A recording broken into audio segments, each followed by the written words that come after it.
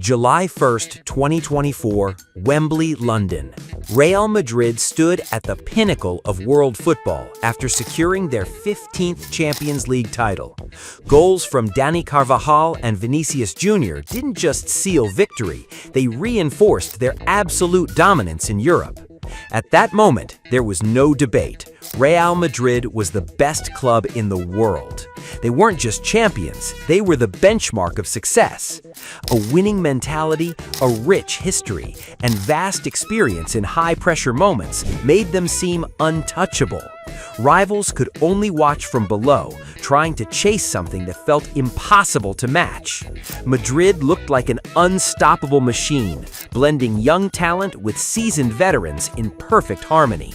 But just 2 weeks later, everything changed. The arrival of Kylian Mbappé on July 16, 2024 at the Santiago Bernabéu sparked massive excitement. The best player in the world joining the biggest club on the planet. It seemed like the beginning of a new era of dominance. Fans dreamed of a team that would win everything effortlessly. But football doesn't always follow logic on paper. Instead of strengthening the foundation, Mbappé's presence exposed cracks that were previously invisible. In less than 2 seasons, Real Madrid transformed from a symbol of supremacy into a team that had lost its direction. A crisis began to emerge, performances declined, and most worrying of all, their identity slowly faded. The worst crisis in 16 years. After reaching their peak in 2024, Real Madrid fell into one of the darkest periods in their modern history. 2 consecutive seasons without a trophy is something almost unheard of for a club of their stature.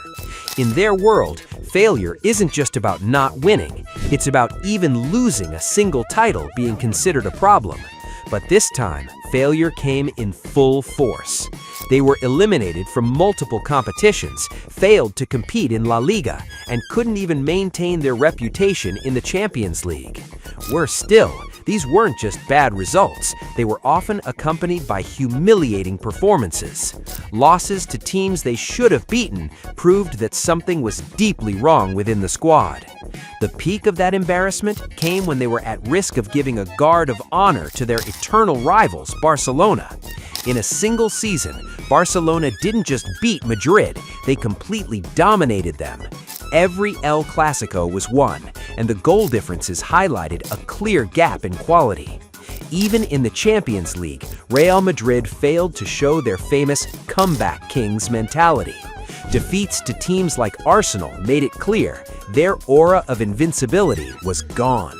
The stats and results pointed to one conclusion. This wasn't just a bad phase, it was a systemic crisis.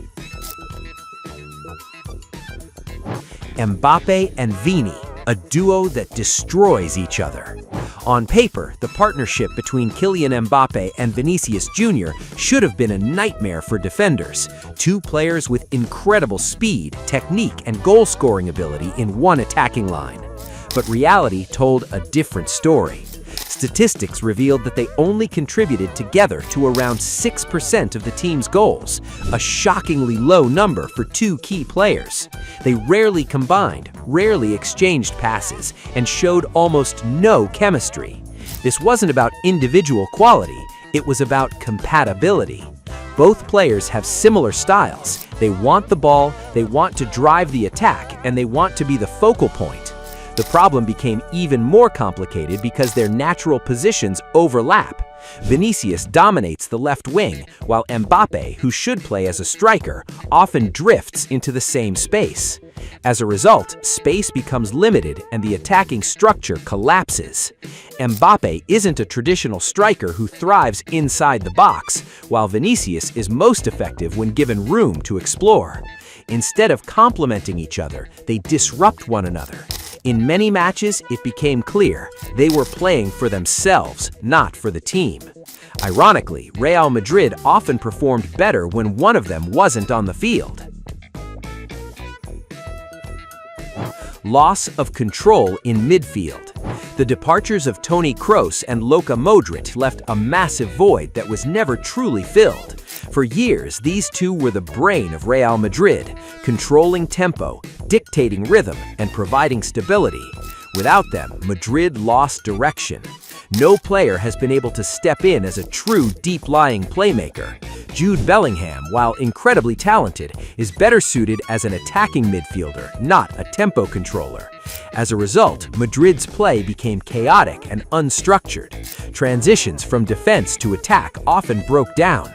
This problem echoes the mistakes of the first Galacticos era, when they focused too much on star power without maintaining balance.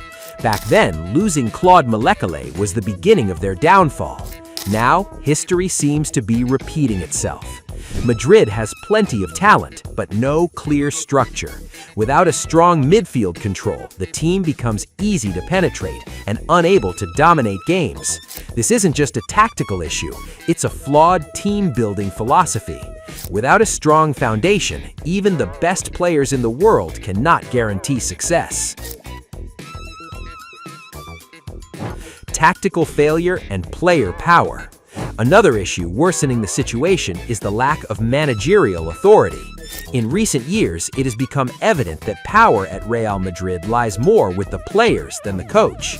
Tactical decisions, lineups, and even playing style are often influenced by star player egos.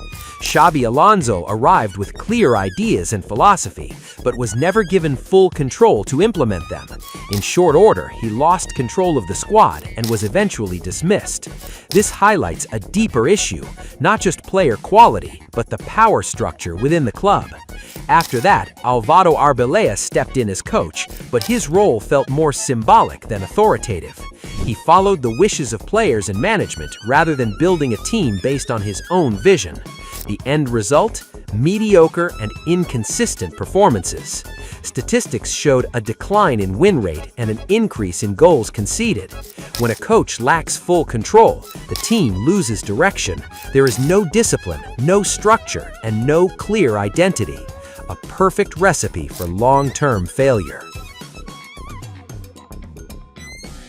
Fragile defense and failed recruitment. Despite attempts to fix the defense through new signings, the results fell short of expectations. Several recruits failed to make a significant impact due to inexperience, inconsistency, or simply not fitting the system. Injuries only made things worse. Madrid's backline became unstable, prone to errors, and unable to keep clean sheets consistently. This is a serious issue for a team aiming to compete at the highest level. The mix of aging players and unproven youth created further imbalance. Senior players declined, while younger ones weren't ready to take on major responsibilities. Without a strong leader in defense, the team became fragile under pressure. This was especially evident in big matches, where small mistakes led to costly defeats. Poor recruitment decisions only worsened the situation, pushing Madrid further away from their own standards. All these problems lead to one core issue: the loss of identity. Real Madrid, once known for its winning mentality, discipline, and fighting spirit, has turned into an individualistic and disorganized team. They no longer play as a unit, but as a collection of talented individuals lacking synchronization. This is deeply concerning for a club of their magnitude. Without major changes, whether in structure, philosophy, or leadership, this crisis could continue. Real Madrid still has extraordinary talent, but without clear direction, they won't return to the top. This isn't just a bad period, it's a serious warning. Even the greatest clubs can fall when they lose balance. So, what do you think? Who is most responsible for this collapse? Mbappe, Vinicius, the coach, or Florentino Perez? Write your opinion in the comments, because this isn't just a crisis, it could be the beginning of the fall of the Real Madrid era. And don't forget to subscribe to the channel.